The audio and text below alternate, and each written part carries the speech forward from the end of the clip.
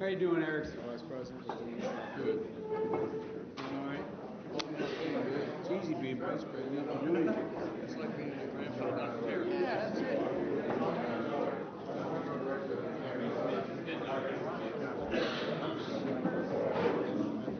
All right, everybody, let's get started.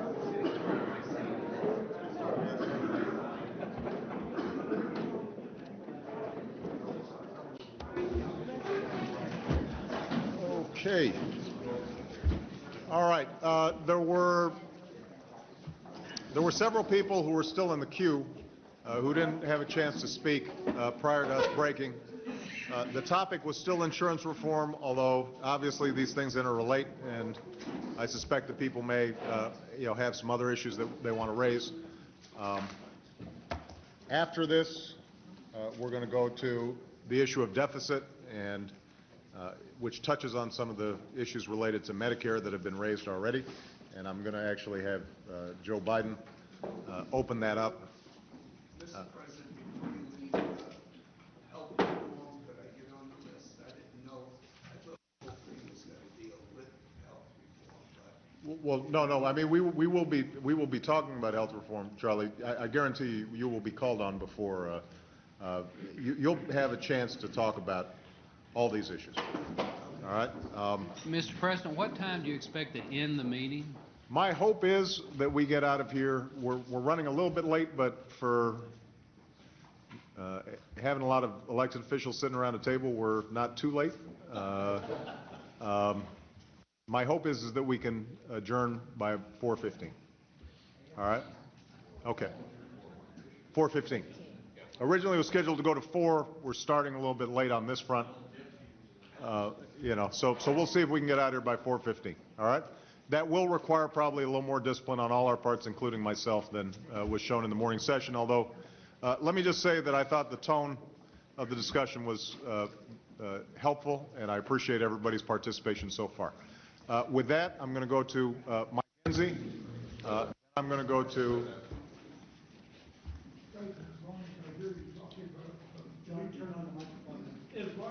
You're talking about leaving, Mr. President. Please put me on the list. Well, I guarantee you guys are all going to have a chance to speak. But we're going to go to Mike Enzi, and then we're going to go to Tom Harkin. I know that we had Jay Rockefeller was still on the list. Was there another Republican that wanted to speak just on the insurance reform issues, or you want to go to John Barrasso? All right. We'll let you guys split time on this one. All right, Mike. Thank you, Mr. President. Colleagues, when we're talking about insurance reform, we haven't really talked about, but Representative Slaughter kind of opened the door on it, and that's Medicare. Seniors out there are really nervous. Seniors are the ones objecting the most to the program, and it's because they see $500 billion coming out of their program. If Medicare were separate and any savings that we did in Medicare reform went back into Medicare, it would do a lot to relieve the tension that's out there. It'd even be a way to pay for the doc fix. So I'm hoping that can be a piece of what we're doing. I really appreciate this exchange. It would have been helpful had we had this 9 months or a year earlier and had it in even more detail and for more days. What we were presented with in the Help Committee, of course, was a bill that was already half drafted. And we started the markup on it, and then we got the other half later.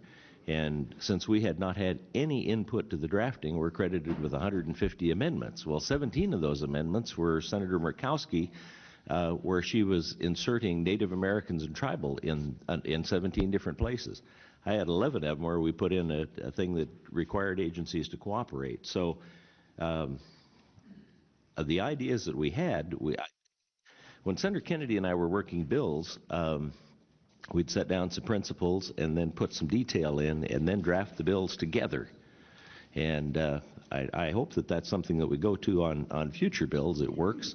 In a 3-year period, he and I got 38 bills signed by the president. In the last year, I've gotten 2 that I've gotten pens from this president. And the way that we've done those has been through that kind of a process. And unless we go through that kind of a process, I don't think we can get to the bipartisan thing. And that's what the purpose of this meeting is to kind of get all these ideas together and see how they gel. In insurance reform, small business health plans, that's different than the AHPs, which is what they were talking about, and it covers some of the problems that were talked about. One of the problems is mandates, and Olympia Snow contributed to that part. She had a provision that if 26 of the states adopted a mandate, it would be a mandate nationwide. And as other mandates became 26, they'd be included with it too. We talked about health savings accounts. I don't think that meets some of the federal minimum standards that the federal government might put on it. And that's going to disappoint some of our employees, because that is one of the options that federal employees have, is health savings accounts. And it's particularly good for the younger, healthier people. They can get that. They've got catastrophic coverage. If they put the amount of money that they would have spent on a Blue Cross plan or some other plan, the difference between the two, into a savings account, in 3 years they've covered the huge deductible. And they can continue to do that tax-free. So it's a process that would be really objected to if it's excluded or changed. I like the exchanges. And the reason I like the exchanges is it's kind of a form of bidding. It's more transparency. People can see what they're buying. And that would be a big help. When we were in the shoe business, my wife used to, after 10 years, she decided she'd bid out our insurance. We didn't know there was that much flexibility in insurance. She saved a bunch. And then, of course, she didn't, since we were selling shoes, it's kind of a fixed price, so she didn't really take the low bid and then go back to somebody else and say, can you make this a little lower? But that insurance company we'd been with for 10 years came to us and said, we could have done a better deal. She said, you should have when I was buying the insurance. And we got much better bids the next year. So these exchanges can be good. But what I would hope you would consider is having the exchanges to list anybody's insurance that wants to put it on there, and then mark the ones that meet the federal minimum standards, so that people can decide really what's out there in the market. And I think it would pull up some of the ones that are lower down up into the category, and at the same time everybody could see what all's on the market out there, and hopefully regardless of states. Thank you, Mr. President. Thank you very much, Mike, and thanks for staying succinct. Thank you very much. And I thought you shared some important ideas there. Tom Harkin.